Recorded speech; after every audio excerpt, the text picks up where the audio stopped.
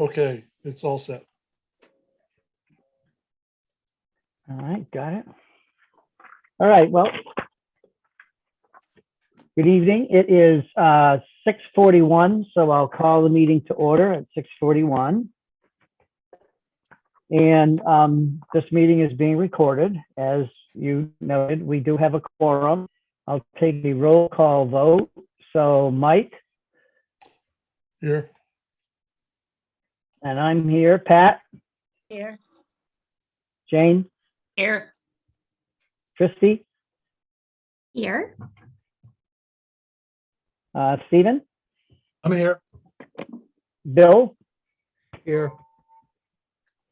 David, Here. Michelle. Yes, here. And then we have John Erminger. Erminger, who is recently appointed to the Gil-Montague School Committee, and he has an interest in getting caught up to speed on things. So he is had nothing to do this evening, I guess. So he wanted to join us and learn some things. So that gives us our quorum. Does anyone want to make a motion?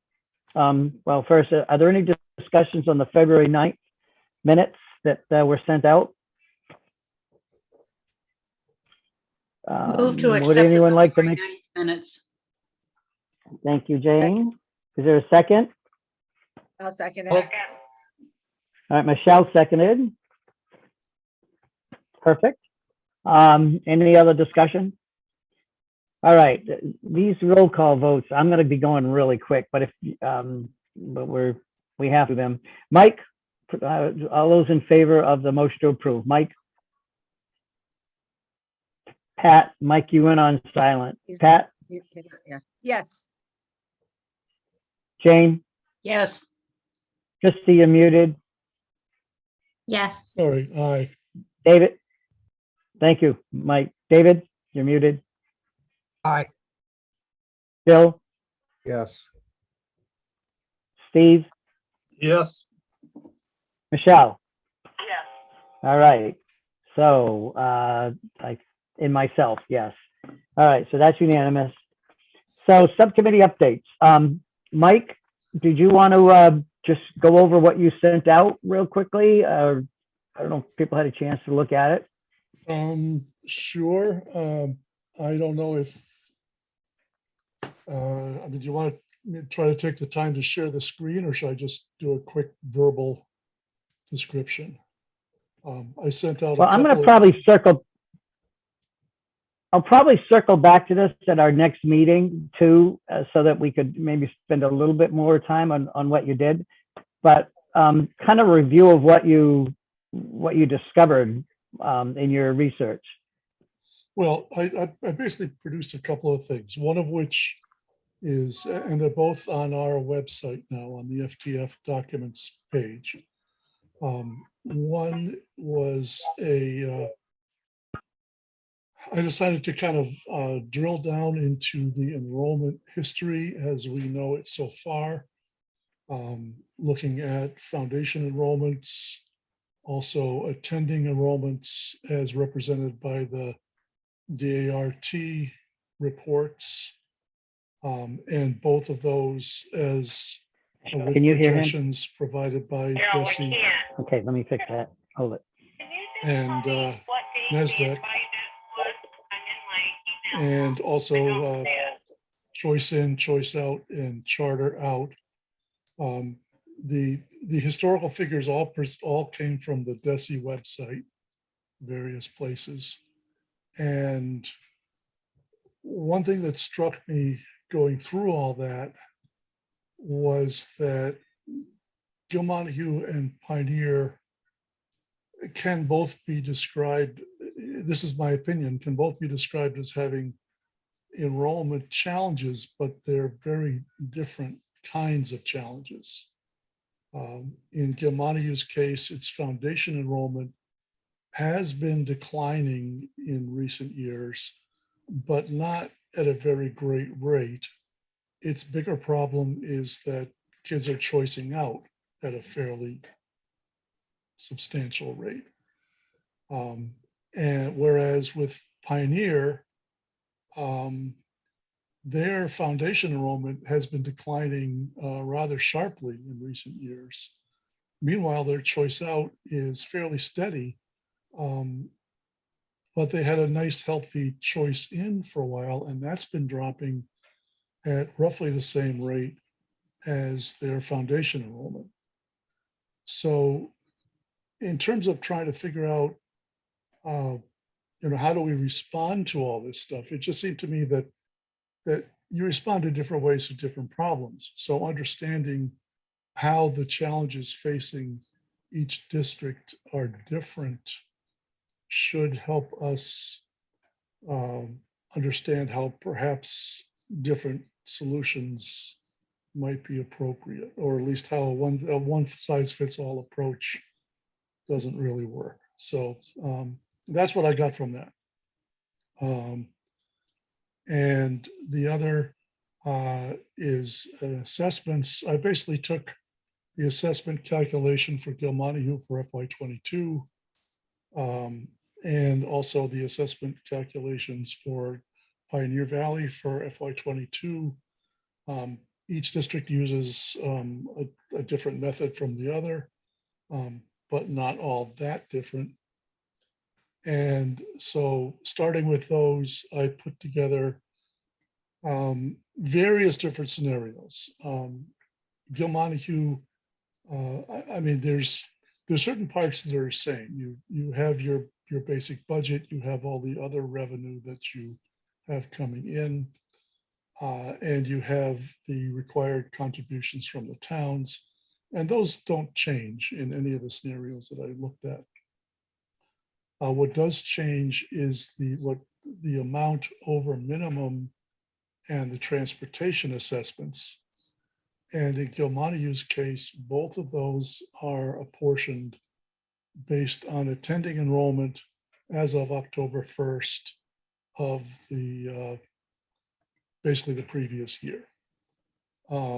Whereas in Pioneer's case, they're apportioned on a rolling 5-year average of the October 1st and is it December 1st, I think? Right. Enrollments for the previous 5 years. And so they're both based on attending enrollment, but in Gilmonte, who takes a very simple, we're going to look at the most recent October 1st, whereas Pioneer does more of a rolling average. And so I just figured, that gave me a bunch of sort of automatic flavors. I combined the two districts by basically adding their budgets together, adding all their expected revenues together, figuring that their required local contributions, which are based on foundation budgets and the state's perception of communities' abilities to pay, none of which I think changes even when you combine districts. I may not be correct about that. There may be some reason why, if towns become part of a different district, those would change. But I'm not, I don't, if they do, then I wasn't able to account for that because I don't know how they would change. So I just assumed that they didn't. So those are all the same. So again, the variable there is the amount over minimum and the transportation. And again, I just assumed that the transportation, the total transportation cost was the transportation would be the sum of the two transportations. Just to keep things simple. And then I said, okay, let's look at what would happen if we did October 1st of the previous year. Let's look at what happens if we did a rolling average. Let's look at what if we do the most recent foundation enrollments. Let's look at what happens if we do a rolling average of financial enrollments. And then just for ha-has, because I think that it's an idea that's at least worth bringing up, I looked at apportioning the amount over minimum by required local contribution, on the theory that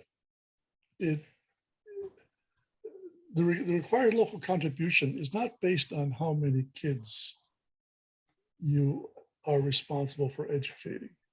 It's based on how much your ability to pay for the education, your portion, your perceived portion of the education of all the kids in the Commonwealth.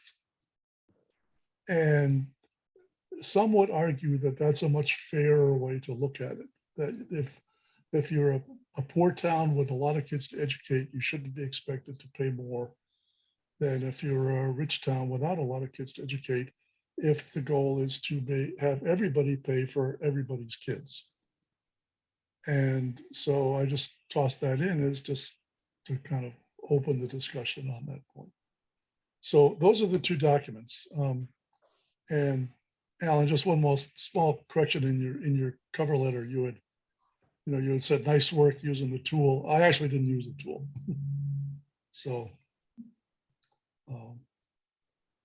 no big deal, but those were fairly, I mean, one of them was just pulling historical information plus what we got from DESI and NESDEC.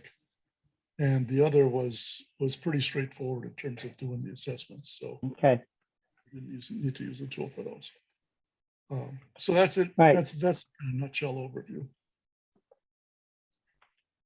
All right, thank you. Mike, can you do, Karen called while you were talking and she's trying to get in, and Michelle, she looked through all her emails. She doesn't have the link. Can you send it, the invitation to Karen and Can they and find our Michelle, website, Alan? Alan, can they find our website? the invite? Because they're Can they trying to fi- get in. Yes, Alan, can they find our website? Apparently not. I'll send him an email, Alan. Okay, thank Well, you. So then they should- Michelle and Karen, thank you. They should. They're be looking for the able to link. find- They should be able to find that. Well, you sent out a nice little reminder and you had a link right there, and I just clicked on the link and pasted it in. So that I thought, oh, that was nice of you. I went to the calendar and I didn't see it on the calendar. So that's how I got in. All right. So we do have Lynn. Thank you for joining us. We have Michelle on the phone and she is trying to get in. So let me move to Bill. The Education Subcommittee met and talked about some of the ideas of how you would use a facilitator. Can you provide a little overview? Yeah, sure. We had a recent meet. First of all, Michael, what a lot of work. Good job. In the end, I just want to add to all of this thought that we understand, at least on the Education Subcommittee, that whatever the two structures are that exist now are not going to be part of the new district. It will be totally new. So there won't be a 5-year rolling and Karen just got a on. year-to-year thing. It's going to be one or the other. But in any event, that's for someone else to worry David about. sent me an invitation. We had our meeting recently, and the Education Subcommittee is mostly concerned about getting the perception that not enough information is getting out to the general public. So we're sort of preempting the facilitator approach. The committee wants to and is planning to schedule meetings with the faculties of both high schools during the faculty meeting to try to introduce or at least bring up to date everything that we think has happened up until now, which is pretty well summarized in some of the stuff that Alan and Greg have put out there too. But mostly we're focused on the notion that there are a lot of people that have no clue. There are some people that have a clue, and then there are some people that are making up clues. And we'd like to, and we are thinking about a faculty meeting simply because then hopefully we'll get all of those clues into one room on two different occasions. And because we're not bringing the faculties together at this point, and tell them where we're at, tell them that none of this is a done deal. And then also try to introduce the notion that we need, or the reality that we need participation by the staff, the teachers, and we would like to organize, or at least be the central focus of some groups getting together from, not from each school, but between the schools. So you're integrating the staff and trying to generate some conversation. Now, going beyond that, Alan and Greg and the facilitator are prepared to, as my understanding, are thinking about combinations that would be appropriate, whether we should have the superintendents talking with one another or the administrative teams as a group, how to break it down, as well as the teachers in the different aspects of the curriculum, the science, the math, and the liberal arts. So in any event, we're supportive of that whole thing.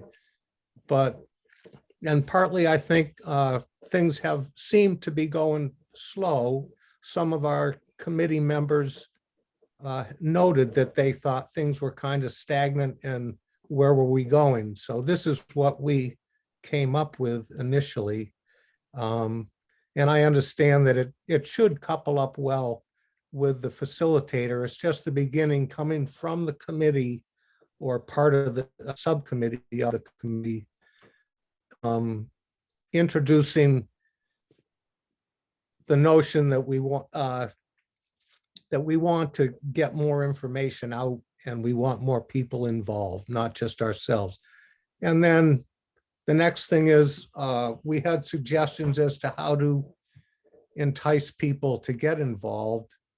And our notion is to include it as part of the cost of the grant, so that we will be offering I believe an hourly rate or figure, limit the number of meetings if you're going to be paying people, or maybe the number of participants. I don't know. Those are problems in my mind.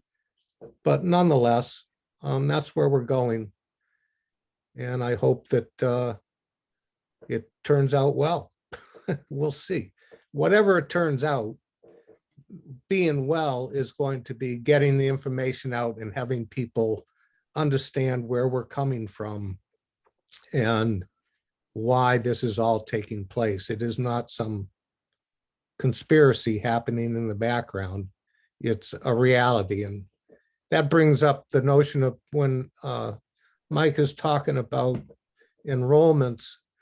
I note certainly that it was 2012 that the two districts had nearly equal student populations. And since then, there's been a fair decline, certainly, and Pioneer has been slightly worse than Gil Montague. Gil Montague tries to help Pioneer out because I think we have 25 or 6 students going from Gil Montague to Pioneer. But so there's an in out on choices that will be eliminated from both sides. It'll be a scratch, provided those kids stay. In any event, that's all I have to report for right now. So thanks for your time. That's good. No, thank you. So what I'm going to do is I'm just going to skip down to 6 for a minute to follow up, because it ties together some of the things you talked about. So we had in the previous grant, or in the grant, another NESDEC study. And so there was money for that. And so we decided that probably this isn't a very good time to do another NESDEC study. We didn't get really good information, and we're still, the dust is still settling. So we rewrote the grant or amended the grant, and we were approved to do to pay teachers a stipend. We figured, an hour and a half remote meeting, and we do, $50 per meeting. The idea is to get a couple of, let's say, English teachers from maybe one or two from each of the districts, along with the curriculum coordinator, and have them come together and to address the question, if your population almost doubled at the middle school, at the high school, what would you, what's possible? What could you have for your content courses? What could you have for electives? What would you want to have? Mike had raised the issue before about, concrete information. I think Mars did a pretty good job in terms of, but it was very limited. And they threw out some ideas of, you could have this, you could have that. But this would actually move from the, from the theoretical to the reality or practical of, here's what we would be able to do. And so we redid the grant with stipends so that the English and the science, social studies, math could come together in a remote meeting, limited, obviously, the couple or whatever the school thought was appropriate. And that would be led with the facilitator to have those conversations and just sort of document things so that we can capture that information. And then we went beyond that. I was talking to Joanne Blyer, and she suggested that we also should be having a meeting with the athletic directors, a meeting with the special education, and one with related arts, so that we can get a broader view of what might be possible when you increase the enrollment. And this was, if you back and you looked at the Marsh report, what was interesting is that was what the issue that they were really talking about was the economy of scale, to if you have that, the how it can benefit programs and services to kids. So we put the RFQ out this March 22nd is when they're due. I'm hoping to have a meeting on the 29th so we can interview or select and have the board do a facilitator, select a facilitator, and then we can get this off the ground. The other thing was, we said we'd share information from what we got before. And although it was really limited in scope, I think one of the things that came out of it, and Mike, I think you just alluded to this earlier, that, and Bill did too, there's a lot of, not misinformation, but lack of understanding, education about,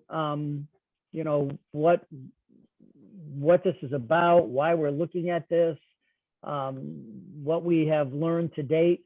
So I think a huge part of this should be, an education piece where we get information out in more detail than we did this last time.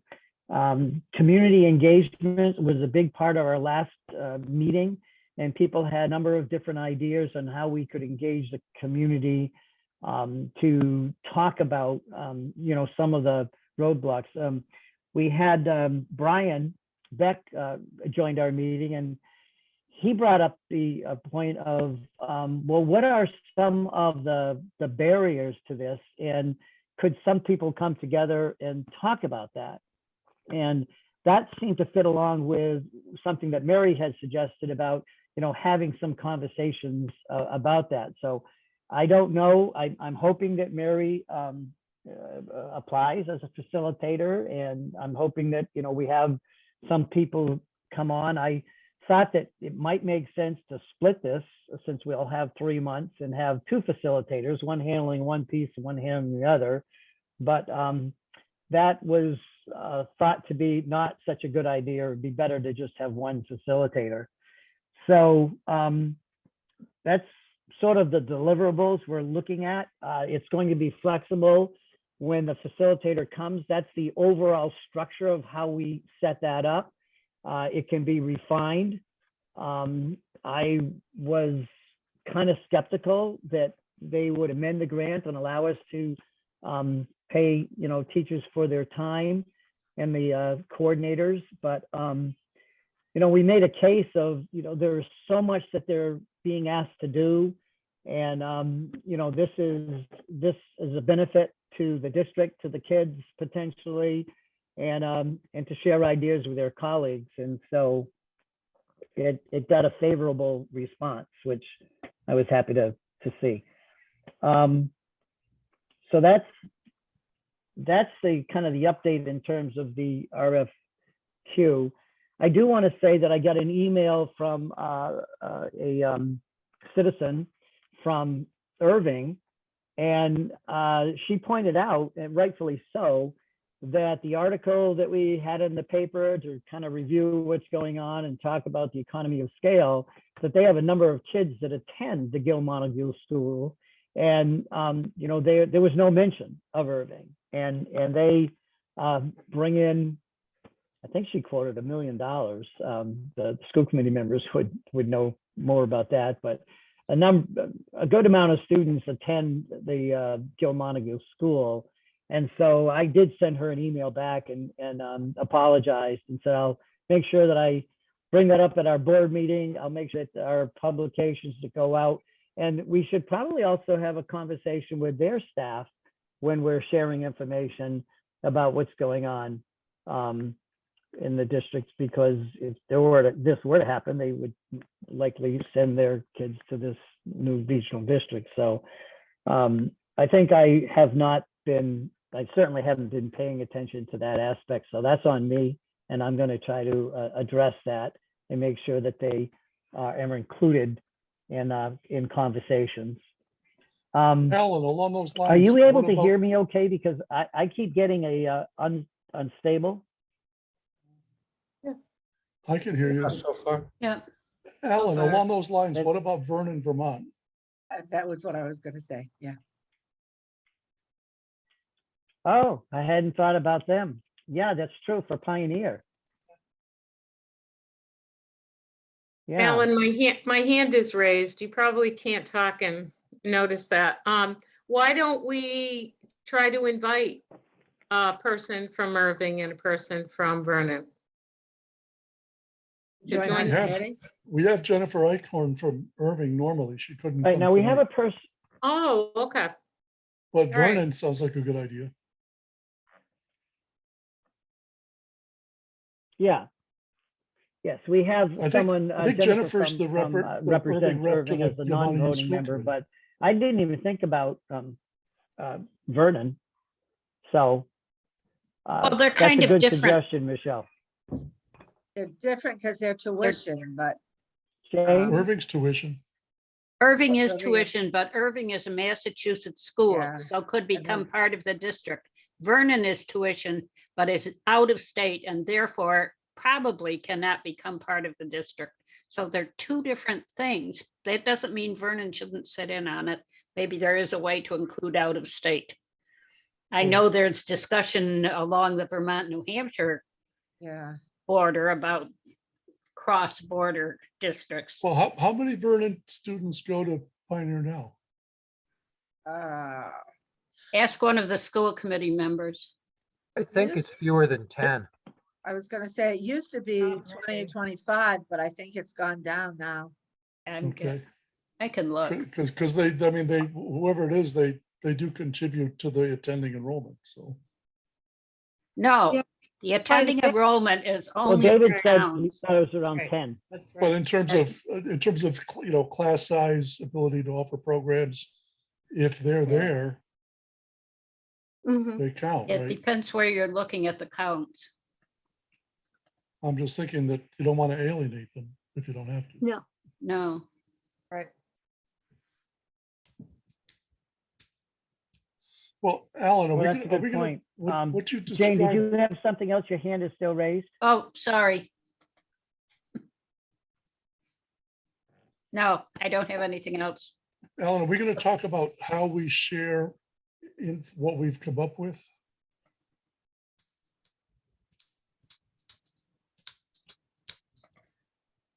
Where's Alan? Frozen. No, he's not. Unstable. So I said, when I was talking, Oh. I said that we made a commitment that we would get that information out to folks. So, yes. But I'm saying, when are we gonna talk about what we mean by that information? The information we collected in our last round of forums and the information that we had from previous reports, a lot of good information there. Well, But we yeah, really but we're not haven't, gonna, we're not gonna send out all the previous reports and the report on the forum, right? I mean, somehow that has to get distilled into a smaller document that summarizes what we believe our findings are, is my point. And in my opinion, maybe I'm alone here, but I think that in the past, our narratives about what we found have tended to be a little simplistic. And that was understandable in the beginning because we were still in the process of figuring things out. But we have found out a lot of things. We've been told a lot of things. And I personally think it would be good if we could try to flesh out a little bit what we're saying. I mean, an example is in the newspaper article, the districts were described as having declining enrollment and that being the challenge educationally and economically. different, And that is true.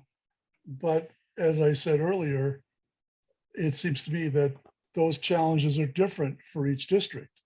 And I think we know a little more now about how those challenges are different. And it would be worth, in terms of informing the public, to have a little more explanation about how they're different and how foundation enrollment declines present different challenges from attending enrollment declines.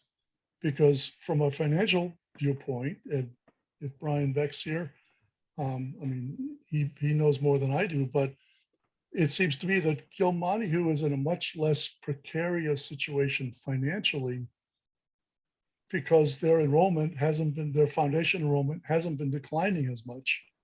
Whereas Pioneer Valley is more precarious financially because it's their foundation enrollment that has been declining. And that's not to say I that don't agree. I don't neither agree district- necessarily with your premise that it's the failure to adapt to the change that makes the precariousness.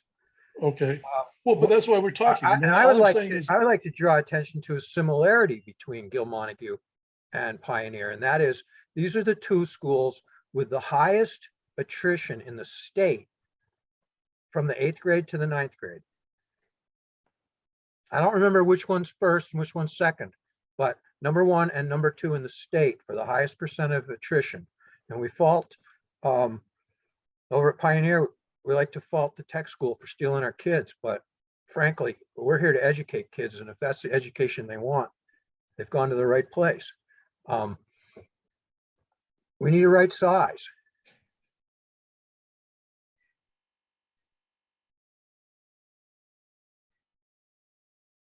I agree with David.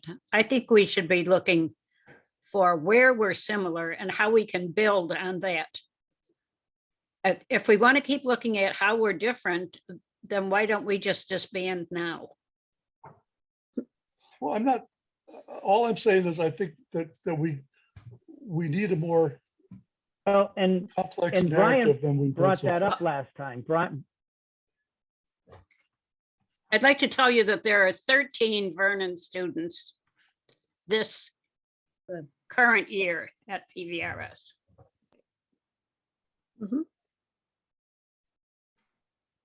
Thank you. So That's it. Brian had pointed out before, and Brian, I mentioned this prior to you coming on, that to look at what the challenges are and to have some, what you call them barriers, to see what could be done to remove some of the barriers. What do people see they are, and have conversations about how might those be removed. And we could have the facilitator working with the staff, not just on the curriculum piece I talked about earlier, but to talk about some of those things as well. And I think in those conversations, they will identify there's a lot of similarities that that the two districts have.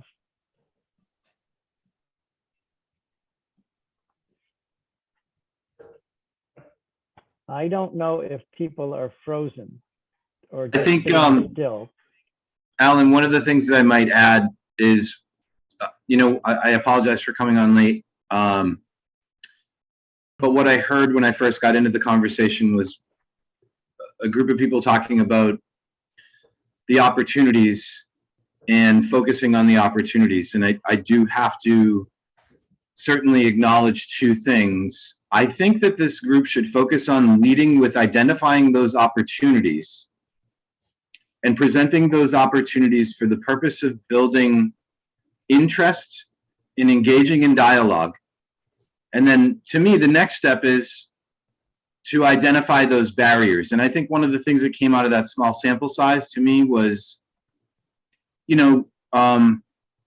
some anecdotal information about barriers that I think are somewhat related to assumptions. And I'd like to add one more thing, about the conversation about getting information. Everything that's been collected, you guys have done a phenomenal job of recording this information. And all of those documents are public. I frankly think that the more information that we put out there for access, it's not like we have to throw it in people's faces to say, oh, here's 10,000 pages worth of documents, but let's make it accessible and just encourage people to dig in. Here is what was found, in through the first study. Here what was found with the facilitator. And here's what the group, the Six-Town Regional Planning Board, sees, like as Mike said, from a distillation of this group's interpretation of those documents, because you're the board that is effectively leading this charge. And it's a really challenging set of circumstances. I'm also glad to hear that there's considerations for Irving and Vernon. Financially, I don't think either one of those districts would, obviously for the out-of-state reason for Vernon and for the differences in the way that Irving is financed, I don't think Irving is going to become part of a super district. Alan, you might remember from when you and I worked at Mohawk together that, they have a similar tax situation because of the power plant to Rowe, and it would really be in the best interest of a combined district to keep them as a tuition school, and they'd be willing and probably willing to do that. So that's just my 2 cents. And I'm sorry, I'm sort of sitting in the dark because my wife is doing a Zoom in the room that actually has light in it. Good for you. Yeah. So Brian, were you on when I was giving a little review of the deliverables, and they allowed us to rewrite the grant and pay teachers a stipend to get a couple of English teachers from each school, and science and the math and the athletic directors and special education, the related arts, and talk about what could they actually offer, what would they want to offer, what electives would they have, and how would that impact being able to schedule if the size of a middle school or the size of the high school almost doubled. So with an economy of scale, and that seems to be what this is boiling down to, is if we have the right economy of scale, it'd be really helpful to have information from the staff of here's what we could do. And in those conversations, I think that as they get to know each other, that they would be able to see the similarities that that exist between the districts, and maybe even have some conversations about what are some of the barriers that they would want to work through to identify things for later. Yeah, I was on, and again, that's sort of what convinced me to, put the conversation about differences and barriers on the back burner. I thought it was a good idea because what you were trying to do was tap into the expertise and enthusiasm of current educators. And you were talking about core courses, but I honestly think that one of the first groups of people that we should reach out to are the people in the arts, in particular, because it's a draw for us. It would be a draw for us as a combined district. The two schools have phenomenal facilities that could really accommodate robust musical, artistic, and exploration programs that would really set us apart from the tech school. And that's not to take away from the opportunities that would be connected to that with unique courses that could be designed, as well as innovation pathways programs, having a little bit more administrative assistance to be able to write those extensive grants. If we look at opportunities, and I think you have the right idea to start with the educators and asking those questions and begin to present that to the public as, hey, this is an opportunity. It's not just a change. It's not just a change. We're not just doing this for economies of scale. We're doing this because we can provide a better educational product to our children. And I think in the area, having lived out here and lived in town for 18 years now, even in my own family experience, my daughter's a circus performer because of the experience that she had in at Gill Elementary School. And it directly connected her to other performing groups. And we have resources in this area between the Shea Theater and the Jaduke Center for the Performing Arts. And that also allows us to be able to potentially compete with the Pioneer Valley Performing Arts School. And looking at that area that, parents don't have to drive for 45 minutes down there because you can put your kid on a bus for 25 minutes and come to our school and have a similar set of opportunities because we do have the economies of scale to provide that. So that's just my 2 cents, Alan. Mm. There was more than 2. No, thank you. Yeah, you're moving up there. No, that's great. That's really good stuff. And Bill, I think that I don't know if we had a volunteer yet. If someone wanted to relinquish their seat on the education so that Christy can come on board, because I think we were pushing a quorum in that membership, but I'm hoping that we'll be able to do something. So all of these ideas that we've heard, do you think that the education subcommittee can sort of help to organize this? And then when we get a facilitator on board here, sharing all of these ideas, and I've been writing them down.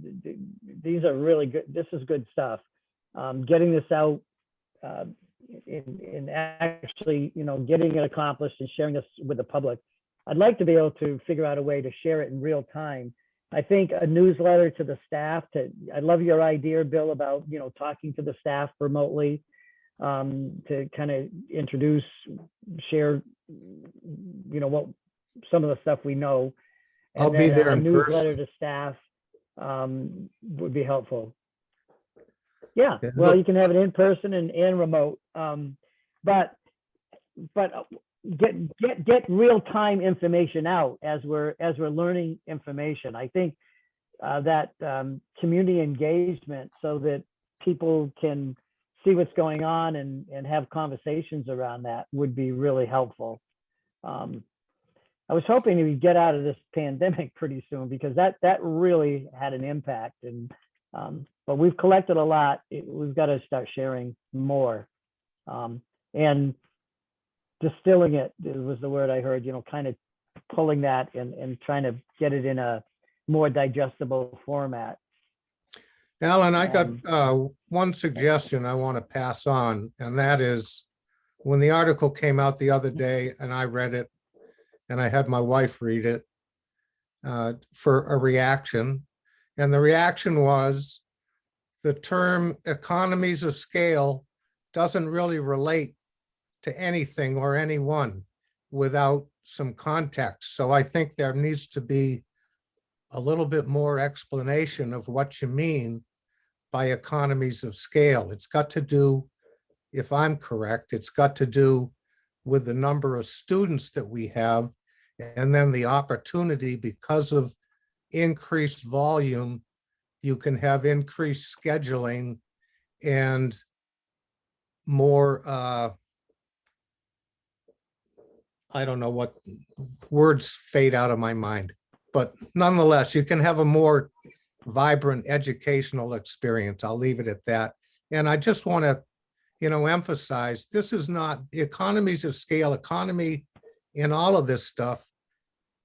As far as the education subcommittee in general, I think it's fair to say, does not believe that finances are the focus. They believe that the educational opportunity is the focus, and that's where the number of kids is important. And when you get into demographics, I think you also have to focus on who populated these hill towns in the 70s and 80s. It was us. And we've all had our kids. And unfortunately, none of us are moving away, but a lot of our kids have moved away. And that's going to go on for, that has to be understood that it's going to go on for a little while. It's going to be more of an issue in the hill towns, I think, than it is in Turner's Falls, or maybe even Gill. In Gill, we've had more house sales this year as an assessor than I've seen in the last 5. But all of that aside, things are, you know, it is going to take a while, but this is not necessarily a dead community. And the aspect of approaching this from only a financial point, I think, is a big mistake. And lastly, and then I'll let someone else on who's got their hand up. I know it takes at least 50 minutes to get to Pioneer Valley Performing Arts School because I used to play golf down there, and no matter how I went, that's how long it took. Thank you. All right, thank you. Michelle? Alan, I love Brian Beck's comment idea about expanding on the arts. We haven't talked about that, and I don't know if that's the education subcommittee or what, but it is true that the Shea Theater and Jay Duke could really attract more kids who may be going to the performing Pioneer PVP. When my daughter is 40 and she had friends that left Pioneer and went on to PVP, and they did magnificently. So I really think someone should be looking at that. And I think that could be a draw for some kids. We hadn't, you know, even thought about it before. We'll So do it. that's one of the groups that we, yeah, that's one of the groups that we put in when in the amendment was the related arts. So that was meant to capture, you know, art, music, theater, performances, you know, so to get people together to talk about that possibility. And I agree with Brian, that could be a tremendous draw. So I think we have a good representation of the groups to come together.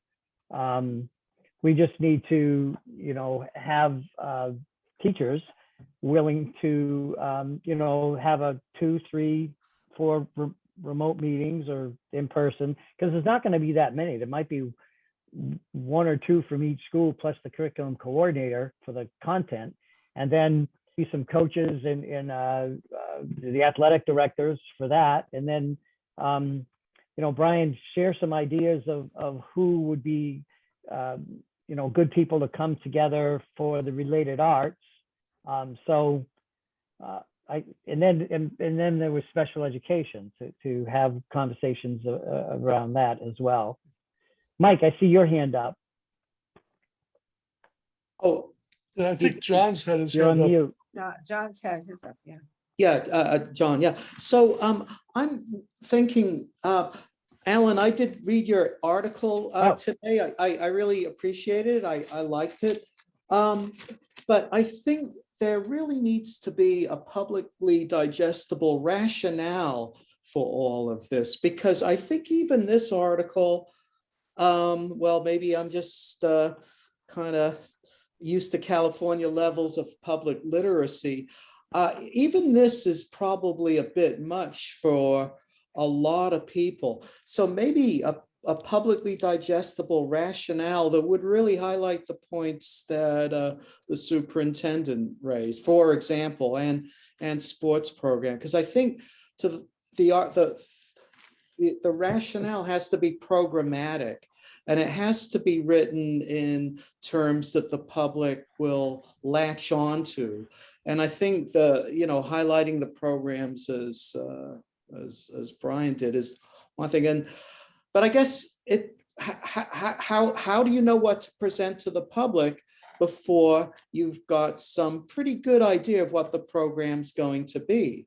So I guess all these faculty meetings are to get that process started, I guess. Would that be correct? And I'm also wondering, is there any kind of coordination or between the 2 faculties? That's really where it has to come together, because the 2 faculties presumably become 1 faculty, I presume. So, all right, that's it, I guess. Yeah. All right. Thank you. Yep. Yeah. I guess more succinct in why we're looking at this, why we were formed again. We do have a thing going out to the towns to kind of review that. Mike, your hand is up. Yes. Yes. Or Yeah, and not? first I'd like to say, Okay. John, I think that's a really good comment. I do think it would be good to get as quickly as possible more clarity on what we think a merged district might actually look like. Our conversations up to now have involved a lot of could be's and possiblies and things, and they're all true, but they aren't all simultaneously true. Especially if we remember that the savings that has been identified. I mean, I agree with Bill. We're not looking at saving money. The question is, are we looking at spending significantly more money, or are we looking at spending roughly the same amount of money? And if we're looking at spending roughly the same amount of money, then what's been identified is a possible $380,000 savings in the central office net, okay? And some undefined savings from excess capacity in the existing faculty, assuming that they all stay. And I think it would be good to try to figure out what that excess capacity is with a little more clarity, because we've talked about a number of things. We've talked about expanding athletics. We've talked about expanding just now the arts. We've talked about AP courses in various fields. We've talked about having different, multiple courses on the introductory level so that people can have more flexibility scheduling. And I think it's pretty guaranteed that a combined district isn't going to offer all of those things unless we spend significantly more money. So I think ideally, we'd have several different scenarios saying, well, we could have something that looks like this. We could have something that looks like that, given certain financial cost that we were assuming we're trying to work within. And I think that that would make it a lot clearer to the public, because if you go out to the public and say, would you like to have the possibility of more athletics, more AP courses, more sections of courses, better arts program, better science program, better ELA, and better world languages, I think a lot of people would say, sure. I don't think that's realistically, I don't think that's what we're offering. We're just offering some subset of that, and we aren't clear about what that subset is. One other point I'd like to make quickly is talking about that PVPA. I think that's a really interesting point. But one thing I noticed in that enrollment study was that the biggest choice for both Gilmontague and Pioneer is Four Rivers. That the others are really a pretty small piece of the pie. And we've heard, it struck me that we've heard several times from the Mars group that you absolutely need to have a minimum of 350 kids in a school at the high school level to offer adequate programming. That was echoed in the recent newspaper article. And I think it was said that that applies to charter schools as well. Well, Four Rivers has around 200 kids, 7 through 12. So what I wonder, and I'm not trying to make any particular point here, except to say, how come they're successful if it's true that you can't be successful if you don't have 350 kids? Because they don't. They haven't. So there's another piece to this, and it gets back to my earlier point that I think we've been a little too simplistic in what we've been saying, and I think that we need to drill down a little more on some of these things. And we got a number of questions coming out of the community forums that we did have, and admittedly they were small, but I think they attracted the type of people who are really focused on this, because they did come out in November and December on short notice to participate. And I hope that going forward, when we present what we have come up with to the public, we go over the questions and concerns that were raised at those forums and address them in some kind of specific way. And I do think we need a distillation of what we found, and I don't think we really have that. We have the closest we've come is things like that newspaper article, and I think that's great as far as it goes, but I don't think that it's a really complete overview of what we've done. Just my opinion. And I'm not trying to be negative, but I am trying to be realistic, because we keep saying we want to get information out to the public. I think we need to get clear and consistent information out to the public. And I think that just sitting down and coming up with an article every once in a while, I think we need to do something else. Just my opinion.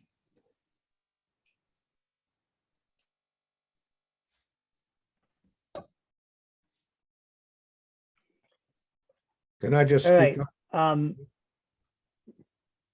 There's Brian and there's Bill. Is there an order you want to go in? Who?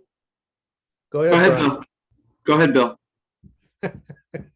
I just wanted to, I have wondered the same thing about Four Rivers or any other charter school is how are they deemed successful with small numbers?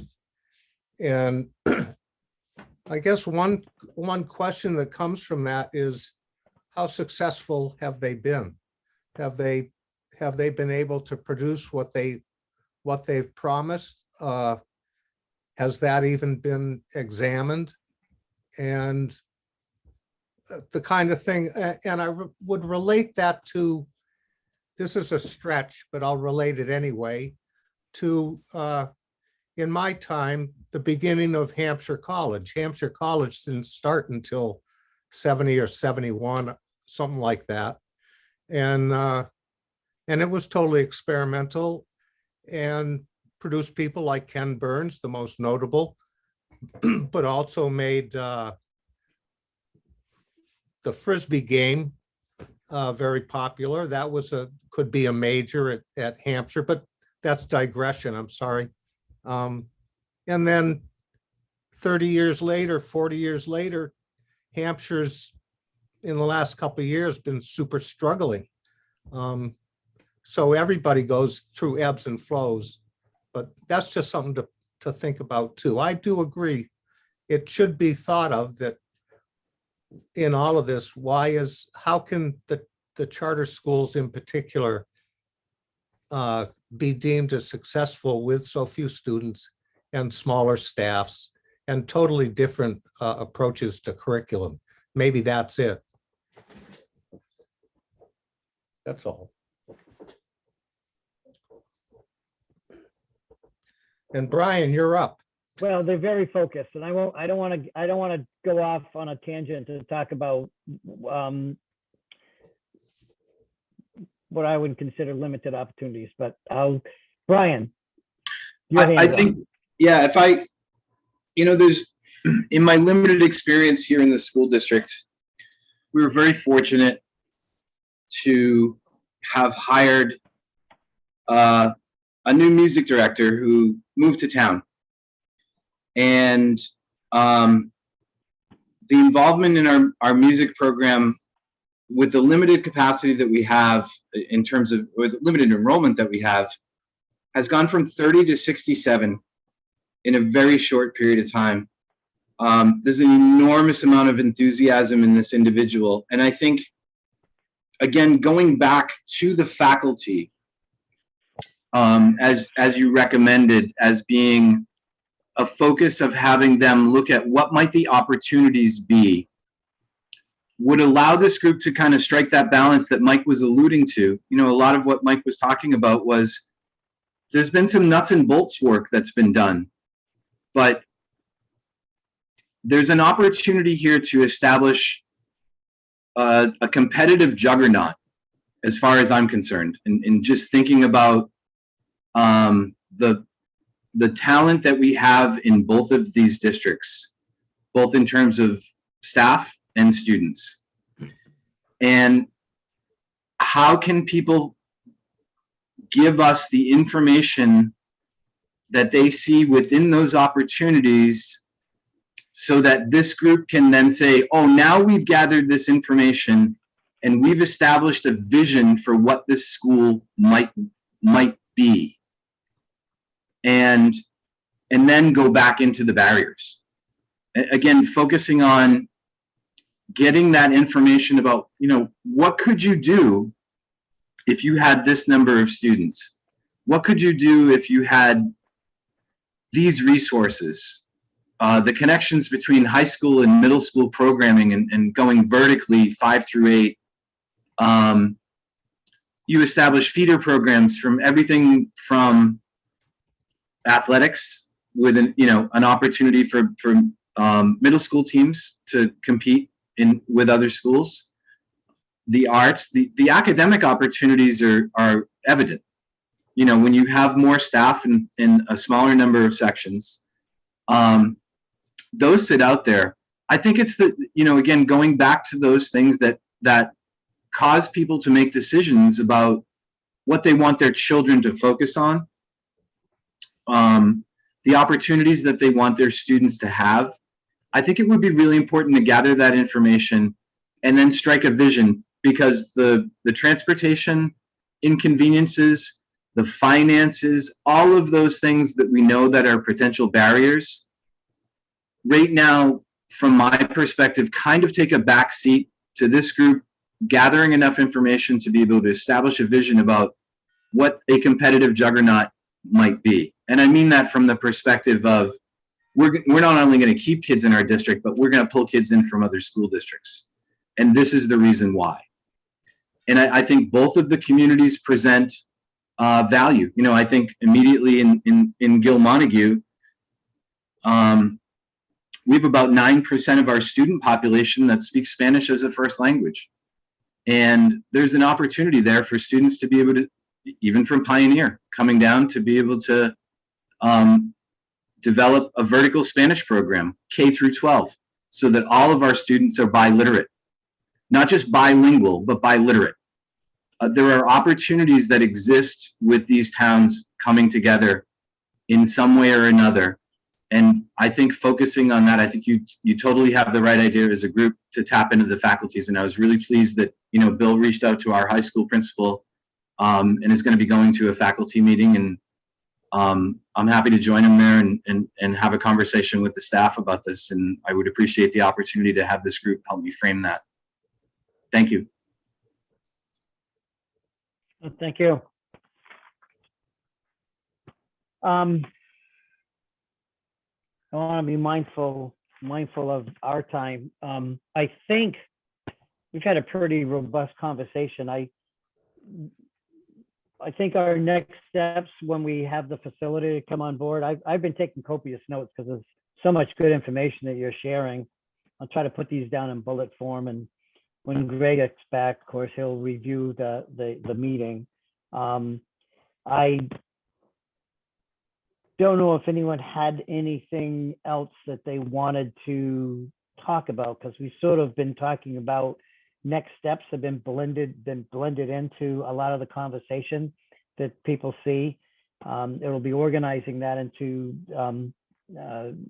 parcels to be able to accomplish those things. Does anyone Ellen, have anything they want John- to add to the next steps? John has had his hand up. Can you? Yeah, please- actually, just a very quick comment on charter schools. How, I think it should be remembered that every charter student has an educationally interested parent. And that may account, I don't know what 4 wins or 3 wins or whatever it is, what their scores are. But I know that when charters came big time into my district about 2013 in California, that's when we began to have a hard time filling our site councils. We lost our educationally interested parents. And every charter kid has an educationally interested parent. And the public schools take everybody. And we cast a broad net in urban California, you know. So I just want to make that point. So about charters. I think that's very destructive.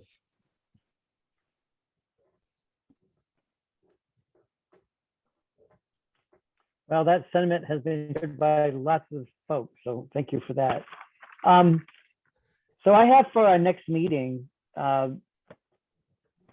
March 29th. And since I'm hoping we'd be selecting a facilitator at that meeting. So, and it doesn't have to be a real long one, but can people kind of put that down? It's a Tuesday, 6:30, and we'll just focus, really, the agenda will focus on sharing these, codifying these ideas with the facilitator so that he or she can sort of organize you know, a plan for the next 3 months to accomplish these things. Does that look like it can work for most people? Looks okay now. I see Mike's Ellen? hands up. Yeah. Well, mine too. I had something from Karen? before. Well, I just wanted to say the Ed Subcommittee is meeting the next day. Right? Is that right, Bill? The 30th? Yes.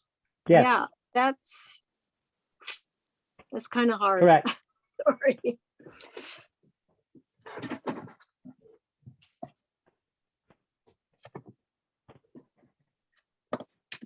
I'm done. That is correct. Hit the ground running. So, all right, we'll try to make that date. Hopefully we can have a quorum. And you're right, it is the next day. And that was so that ideas could be formulated in the conversation with the facilitator. Mike, your hand is still up or a new up? Yeah, you had asked before if anybody had something more, and I just wanted to add. Yes. And I'm sorry if I'm coming across as being negative tonight, but just trying to keep things real in my own way here. I think just want to say, I think going forward, it would be good if we are careful how we frame why we're doing this. Somebody mentioned that we should be explaining why we're doing this, and I think our normal explanation is, well, we've got declining enrollments. That's a challenge. It's hard to offer good programming, and the districts are in trouble. And it occurs to me that a parent reading that might look at it and think, gee, whatever I think about these guys and their effort and how successful it might be down the road, I've got to make a choice about where I send my kid right now, and maybe I should be looking at other options.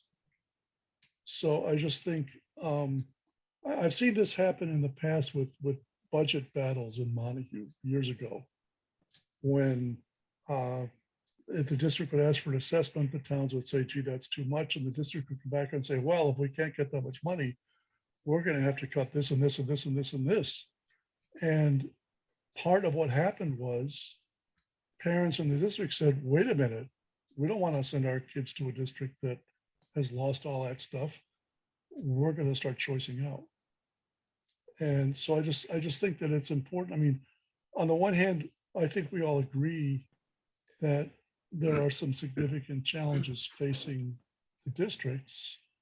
We may not agree entirely on what exactly they are, but I think we agree that they, to some extent, they exist.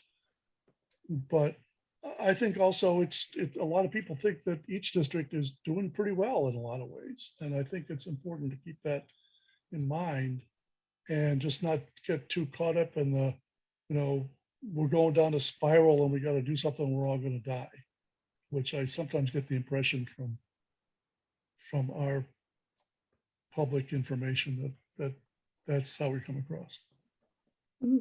Good point. Yeah.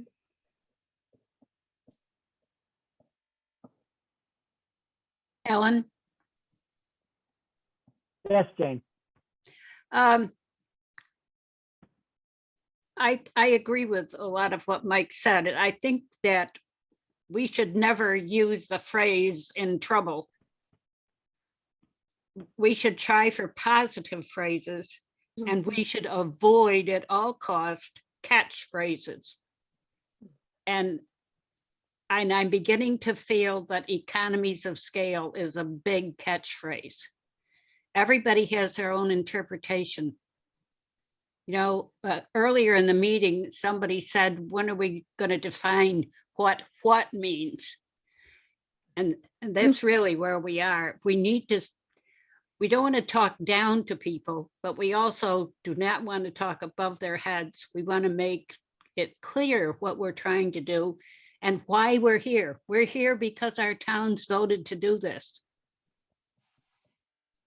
And we're doing our best most of the time. We miss sometimes, but we need to share that better. And I had a thought that maybe we should be asking to make a verbal presentation to town meetings.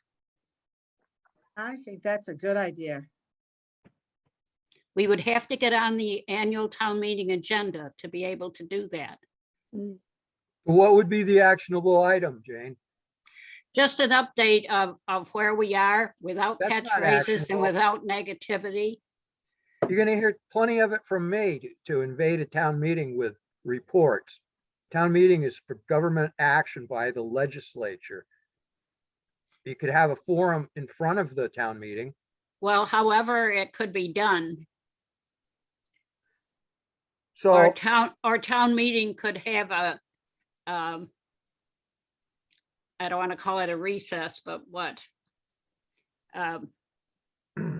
Stop for 10 minutes to listen to this stuff. Intermission.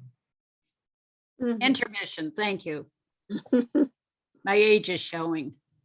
Yeah. Mine isn't. Good for you. I would like to comment on some of the things I've I- heard tonight. I think the reason that Yeah, we're, I don't know if that's really, Oh, you broke up. can I speak, I don't know Alan? if that's really timely to. Yes, go ahead. I think the reason we're doing this is that we care about education and we don't want to be just average. David, Yes? go ahead. I'm sorry, there's a delay in the internet. Go ahead. I think we are doing this because we don't want to be average in education. We want to do it well. All the talk about scale is predicated on the one way that we know how to do business, which is regionalize, get bigger, roll it up into a bigger ball and get to scale. But I think that there's another way, and it's called individualization. Small isn't necessarily bad. Nope. Warwick was closed in part because the kids were doing better than the rest of the district. And the resources were wanted to be slid over. And we were told this because of small class sizes. But I think that individualization versus continuing on the path of the last 75 years, away from small to larger and larger combines and trading it for a bus ride.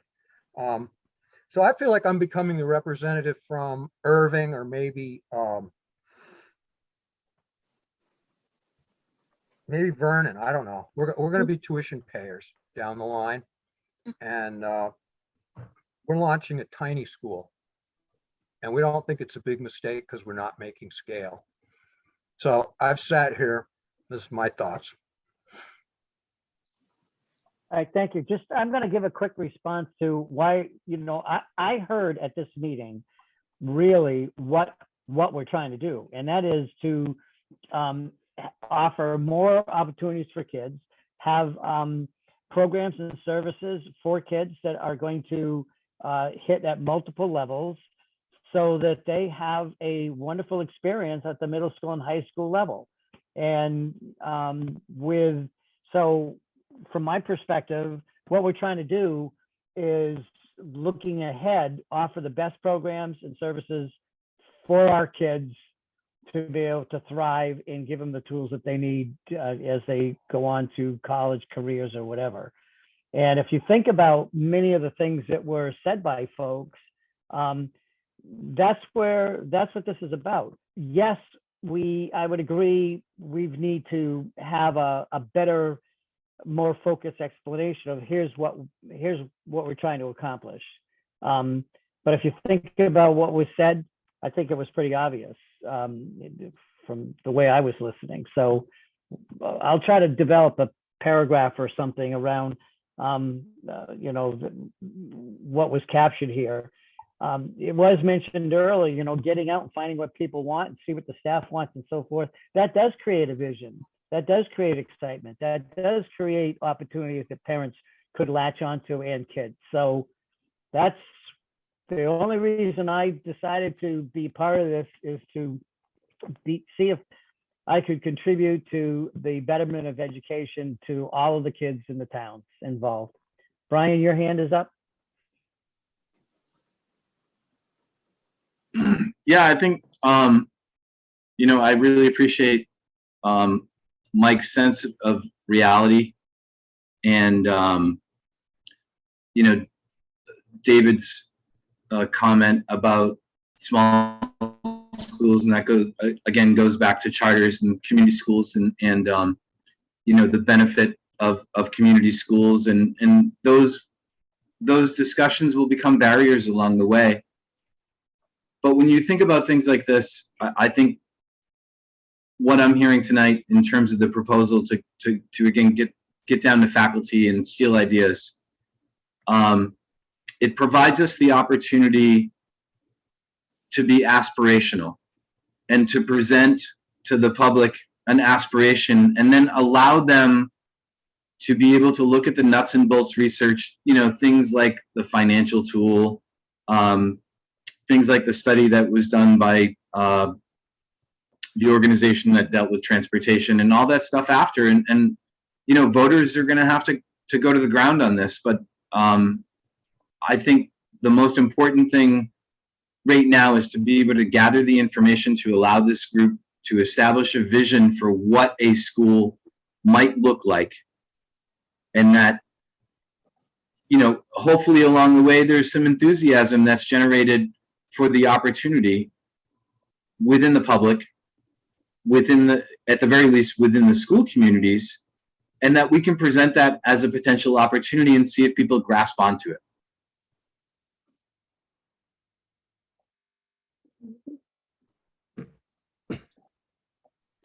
Well said.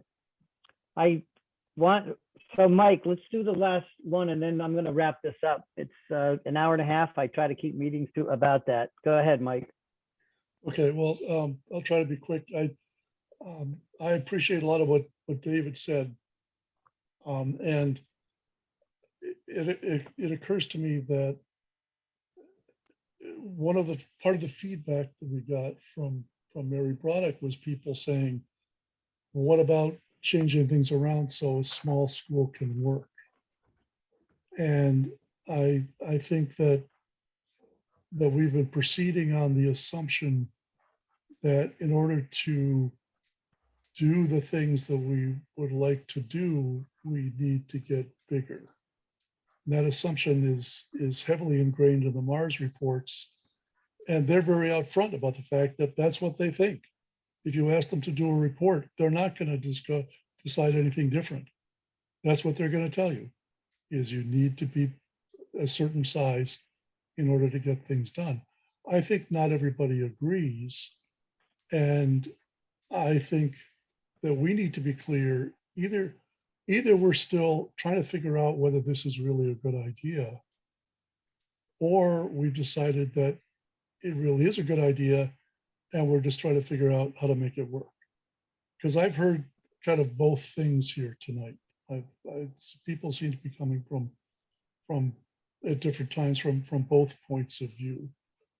And I think that if you're at the second point of view, then you talk about barriers. They're just things to be overcome. They're things that can be worked out. They're things that, well, we just need to figure out a solution for that. But if you're coming from the first point of view, a barrier might be a reason to stop and think, wait a minute, am I going in the right direction? Maybe there's a better way to do things. Maybe there's another way to do things that would be as effective and wouldn't have as many barriers. And I don't have an answer, but I'm just saying that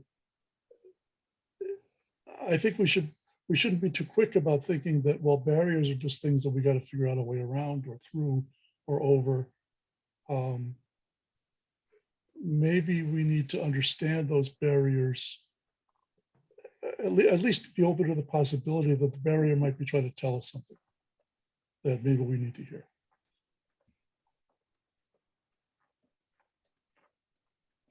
Well, what makes us a strong committee, I think, is we have multiple perspectives, and that's an advantage.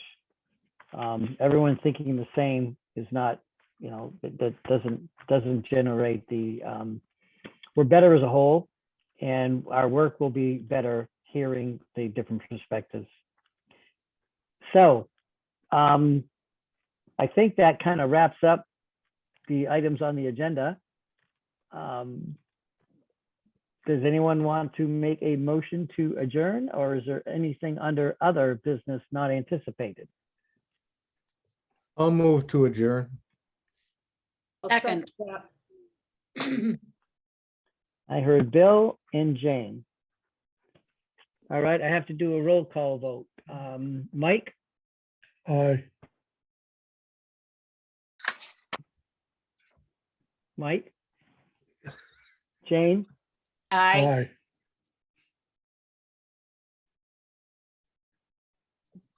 Pat, Aye. Bill, Aye. Christie, Aye. Lynn, Aye. Karen, Aye. Michelle, Aye. Steve, Aye. David, Aye. and I vote aye as well. I want to thank you for taking the time. I know there's a lot going on in everyone's schedule, so for you to put aside an hour and a half and share your thoughts and participate in this, I appreciate that. And yes, this has gone pretty slow over the last couple of years, but we are making progress. I'm hoping that this round, the information we get is going to be really pretty inspiring as what could be possible. So let's see. I haven't heard anything about facilitators applying yet. Joanne is out, or she'll be back after, I think the day before, right? We do the bid opening, Brian? So Brian must have left us. All right. Enjoy the rest of your evening, folks. Thank you, Mike, for Aye. hosting. Thanks. Bye-bye. Thanks. Outta Yeah, here. thanks, Mike. Bye-bye. Mm-hmm. Good night. So Mike, you'll put this on the website? Good night. Thanks, Karen.